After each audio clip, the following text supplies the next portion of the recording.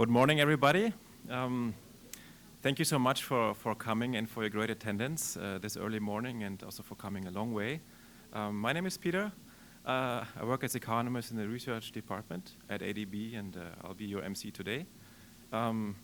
Just give you a few housekeeping rules and also an overview of the schedule of today's morning session.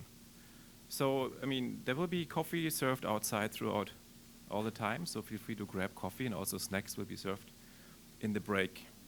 We will start with a presentation of our joint report, ADB OECD, with the kind support of Vivid Economics and IASA, followed by a discussion and Q&A. And then we'll have a break at around 10, starting with a photo session for all speakers and panelists. And afterwards, at around 10:25, we'll have a panel. We're very happy to have a number of experts in the area to discuss findings of the report on leveraging technology and innovation for disaster risk financing and management. And then that will not only be a panel discussion, but also a lively Q&A in which we would really like and hope to engage you in this discussion to seek your views and also inputs for fine-tuning this report ultimately. Okay, so this is basically the house rules and an overview. And now it's my great pleasure to introduce Dr. Yasuyuki Sawada, Chief Economist and Director General of the Economic Research and Regional Cooperation Department at ADB. He's the chief spokesman of ADB, and he leads production and dissemination of ADB's flagship knowledge products such as ADO, and among others, but he also supports various policy forums such as ASEAN +3 and also APEC. As you know, this report we are preparing is also a deliverable under the APEC finance ministers process. So without further ado, I'd like to welcome Dr. Yasuyuki Sawada.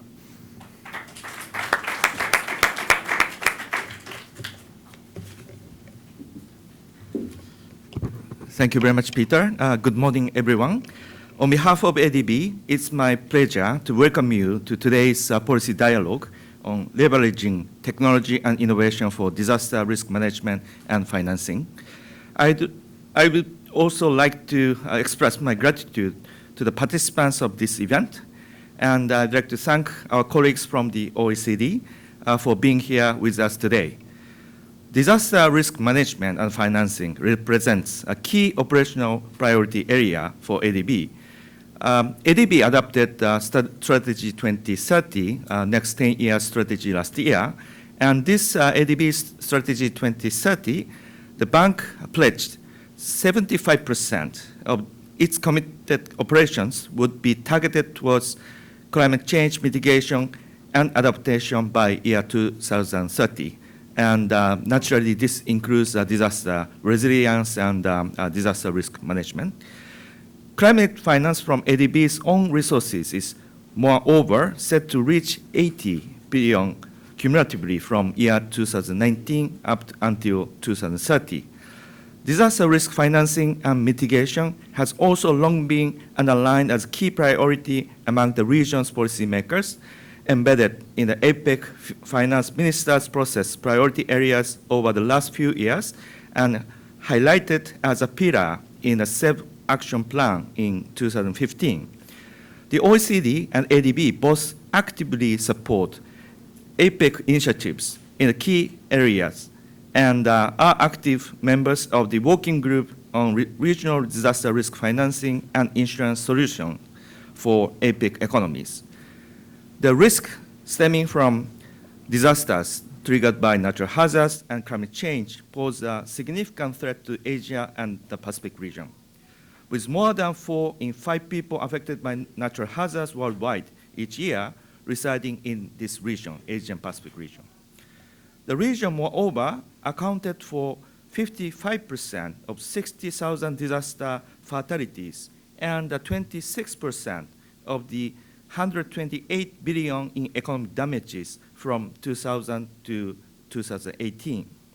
The region is particularly vulnerable to a wide range of natural hazards and extreme weather events, and rising sea levels threaten the long-term viability of many Pacific Island countries. Climate change, population growth, and rapid growth are moreover expected to compound the frequency and severity of disasters in the region, threatening to undermine continued socio-economic advancement and derail hard-won development gains. To that end, ADB and OECD are collaborating together on a joint report on leveraging technology and innovation for disaster risk management and financing. The initial findings were shared in the form of policy brief with APEC finance ministers during the APEC finance ministers meeting held in Santiago last month.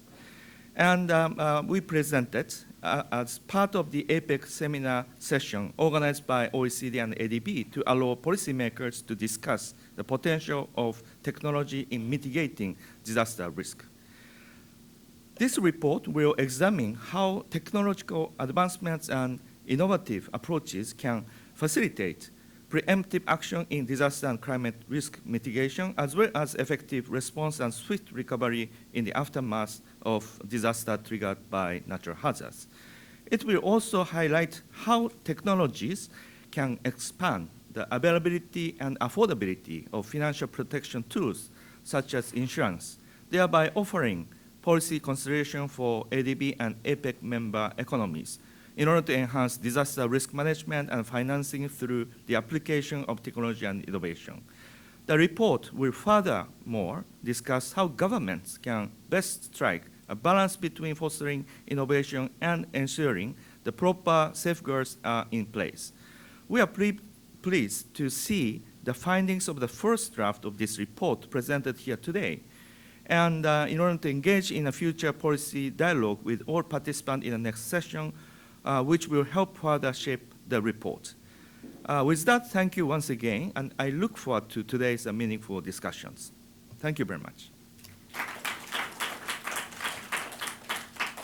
So let's now turn to session one, today's event. We are happy to have Mr. Oliver Walker from Vivid Economics with us to present findings from the initial report just I mentioned, presented to APEC Finance Ministers meeting in Santiago last month. Mr. Oliver Walker manages a natural resource practice group of Vivid Economics and is involved in work across the finance, growth, and development and Earth observation practice areas. As you know, now disaster resilience operations really tap new big data, including satellite images and remote sensing data. His career as a professional economist spans consulting and academia, where he has held positions at the University of Cambridge and London School of Economics Grantham Research Institute. He's a leading expert on the economics of resilience, disaster risk management, and disaster risk finance.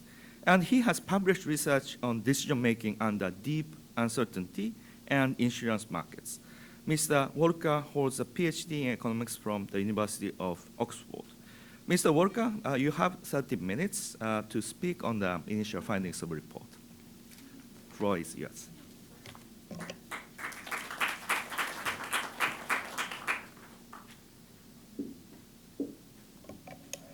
Thank you very much. So I'm very excited to be here today to present to such a full room. As Yakisaki noted just now, this report at the moment is in a first draft form, so I'm looking forward to Lee's counterblast shortly after this presentation, but also to hearing your views on how we might take it forward, both in the Q&A session after these initial addresses and also the more in-depth panel session. So if we move on to the first slide, this is just by way of a little context and motivation. We were focusing on the APEC economies, as was indicated just now, a very large and diverse region, also one that's afflicted by very severe disaster risk. We noted average annual losses on this order of $140 billion and increasing disaster risk over time for a host of reasons, both economic growth and population growth, land use change, and of course climate change. What's more, the poorest in these societies are the most vulnerable to these risks, and the least developed economies in the regions face the greatest challenges in dealing with these. Of course, they're challenges for all of the countries in the regions, but those that have the least capacity in organising a coordinated response or organising the requisite expenditure and investment face particular challenges. So we've seen, and we will come on to in a moment, a host of technologies and innovations across the fields of disaster risk management and disaster risk finance. And our report, thank you very much. Our report seeks to understand the potential for these technologies to address the key challenges in DRM and DRF across the APEC region. But given the APEC region is so large and faces such a multitude of hazards, much of what we say is actually going to be applicable globally. So we think about how these technologies can make a difference, and then what policymakers and finance ministers in the APEC group can do to make the most of the innovation. So this slide here sort of presents in schematic form what it is that we're looking at. I think there are two important things to flag on this slide before we go into the technologies themselves. The first is that we're conceiving of technology and innovation rather broadly. So we're thinking both of new technologies that create new inputs for disaster risk management and disaster risk finance, but we're also thinking about new ways of doing things with what's already there, innovative processes that can also have applications in disaster risk management, disaster risk finance. So the first thing that's important is we're thinking about this very broadly. The second thing is when you think about it in these broad terms, what you see is innovation, not just a set of independent innovations and technologies, but rather a host of innovations across an interconnected value chain. So we see on the input side of this diagram a number of technologies that have applications across the whole gamut of disaster risk management and disaster risk finance. And we also see a number of value chains, if you follow the arrows along, where we have multiple inputs, each with a multiplicative impact, feeding into applications which can themselves be innovative. So we have layers of innovation augmenting each other. And that's what we focus on today, these kind of innovations across value chains rather than individual innovations themselves. So the four areas I will spend most time talking about are, I'm sorry if I hadn't realized it was in such a big room, sorry if you struggled to read the text. In data collection, so data collection technologies can increase the information we have at our disposal to make assessments of risk and to promote risk awareness amongst the general population. They can also keep track of what's going on in the ground. This helps enforce various preparedness policies such as land use management. They can also help us to organise response and delivery of assistance during the teeth of a disaster if we know what's going on the ground. Finally, the information from these data collection technologies can, as we will see shortly, support the development of innovative instruments in the field of disaster risk finance. Second technology grouping is in data processing. So this can, I suppose, to a large extent, augment the innovations in the data collection group. So by helping to turn kind of raw, unprocessed data into accessible, actionable information on risks. And they can also, the data processing technologies can also, I suppose, fuse different sources of information, which can be useful, and to help us to understand what would happen to risks if things were differently. If we made this investment here, we made this zoning decision, how would risk change in the future? So they can help us to simulate what risks might be like if we take different decisions.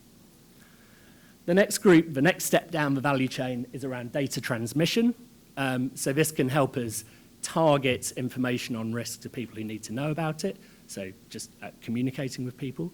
It can also help support data collection techniques. So for things like social media can help be themselves a source of information by providing a platform in which we can, users can input information that's helpful to disaster risk management and disaster risk finance. The fourth area we'll focus on, which is more on the applied side, is on disaster risk finance. So these are, broadly speaking, instruments that transfer risk from those who are less able to bear it to those who are more able to bear it. And we'll go into all of these in a bit more detail in a moment.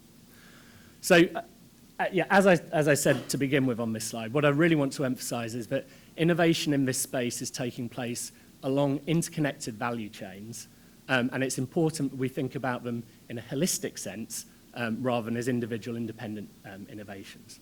So in the current version of the report, we do look at things individually, but we've also started to look at things in more of a narrative form. And the next few slides, I'll go through some of the key narratives around, I guess you could think of a kind of keystone innovation area and some of the kind of augmenting innovations that take place along the value chain that give rise to certain applications. So the first innovation area I'll focus on is Earth observation, which is the use of things like satellites and drones to understand what's going on the surface of the Earth. Innovations in this area, there are some increases in the technological capability.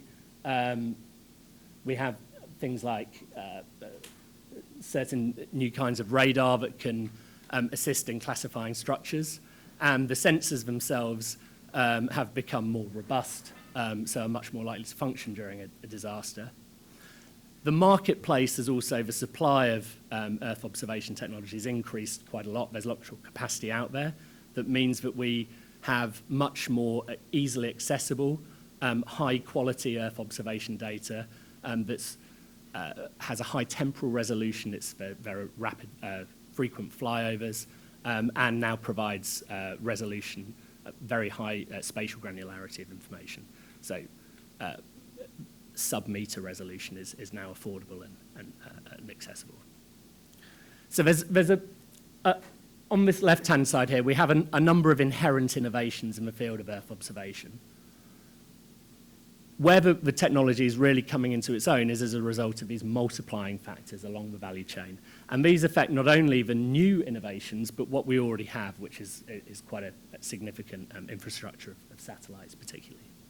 So these new multiplying innovations belong to two categories. One is sort of new technologies, as in sort of new things that we can do, and others we've called community-based innovations, which are more to do with ways of putting things together. So on the new sort of technological side of things, we've got AI algorithms, which I will come on to in a moment. We've got cloud computing that makes real-time processing of information from Earth observation technologies feasible. We've got software for consolidating this data that's much more standardized and accessible. And we have various platforms, spatial analysis platforms, the likes of OpenStreetMap, that Earth observation data can now feed into. That last one was actually within our community-based innovation group. We've also got a kind of an emerging ecosystem of entrepreneurial outfits within Earth observation that are helping to make these technologies more usable and find end users. So we've got some applications on the right-hand side. One I particularly like is the top one, which is to do with real-time flood hazard mapping in southern Africa. This I think highlights. So this is an initiative to provide an early warning system on floods for I think it's Mozambique and Namibia, maybe expanding to other countries already, as well as other hydrological information that is of use to flood risk managers and water resource managers. I think it highlights a few important things that we might want to note later on. One is on the importance of the increased capacity of Earth observation. So there just wasn't risk information available in these countries before, certainly not at the temporal frequency required to support the early warning system that's now been developed. Secondly, this relies on very significant in-country engagement to make sure that the tools can be used by the people who need to use them, including crowdsourced validation, so we have users on the ground feeding in information on risk conditions that can be used by planners. And finally, it also highlights the roles for international organisations. So this was initially a G7 initiative, and it's expanded to various other stakeholders now. But technologies like this are subject to very significant economies of scale. They're highly scalable, and we need to think beyond national boundaries when implementing them at low cost and transferring best practice across different areas. So move on to the second narrative area, which is to do with artificial intelligence, which, whereas Earth observation was a data collection technology, artificial intelligence is a kind of group of techniques that are about data processing. Here we have quite significant advancements across in various parts of the field. So machine learning algorithms are becoming much more efficient at conducting rapid data analysis in order to generate forecasts from a diverse set of data sources. We also have sort of greater capability as a result of artificial intelligence techniques. So data mining support, data mining techniques are improving our ability to detect latent patterns within data sources. And we have natural language and image processing techniques that are increasing the scope of sources of data that can be used in artificial intelligence analysis. So all of these techniques help us to process the wide-ranging set of data that can be informative on disaster risk and help us to draw conclusions about where risk is and what we should do about it. They're multiplied by some familiar things I've already talked about. So, for example, Earth observation data and the Internet of Things that I'll come on to in a minute provide more data for these algorithms to chew on. There's also cloud computing and graphics processing units that support very large-scale processing, which, you know, these are very memory-hungry processes that require this kind of technology. On the community side, we have platforms like GitHub, where code can be shared and improved by different users. We have social media as a data source for artificial intelligence. Our Japanese example goes into that. And we also have crowdsourcing of data. So the way these algorithms work is they need a training data set that establishes some relationships between different things that we see, we want to understand correlations between. They train on those and then can be applied to other data sets. So crowdsourcing can provide that kind of data. The applications of all this, I think we've got a good one at the top there, which is a research project led by the Stanford University, where a key indicator of vulnerability is poverty. And in Uganda, there wasn't very much information or very spatially explicit information on poverty that allowed disaster risk management planners to prioritize intervention to protect those at greatest risk. So this used a deep learning algorithm that was trained on census data that was had partial coverage of the country to give a comprehensive map of poverty across the country that can be overlaid with information on natural hazards. And the accuracy of this data on poverty, when tested, was found to be as accurate as traditional survey methods. The third sort of narrative I want to present to you is about the Internet of Things. So we have this in the first slide, was actually under the category of data collection. I think it actually straddles data collection and also data transmission, because the Internet of Things is a sort of a group of, I guess, a collection of objects that can detect atmospheric conditions or local conditions, but can also communicate with each other and help support coordinated response to any information that's received. So it really not only passively collects information, it also transmits it in an organized way. So the innovation in this space, I think, covers all aspects of this data collection and transmission process. So firstly, there are improvements in the sensors, which are becoming more accurate and more reliable. There are also more new types of sensors that are becoming available, things like pressure sensors on smartphones, which we just haven't had before. And then the sort of transmission aspect of this is also improving. So the devices are communicating with each other without human assistance now. And the communications networks that can support that interaction are having higher bandwidth and more sophisticated. So, for example, 5G phone networks. So we have a host of innovation within this space. It's multiplied by a number of technological and community-based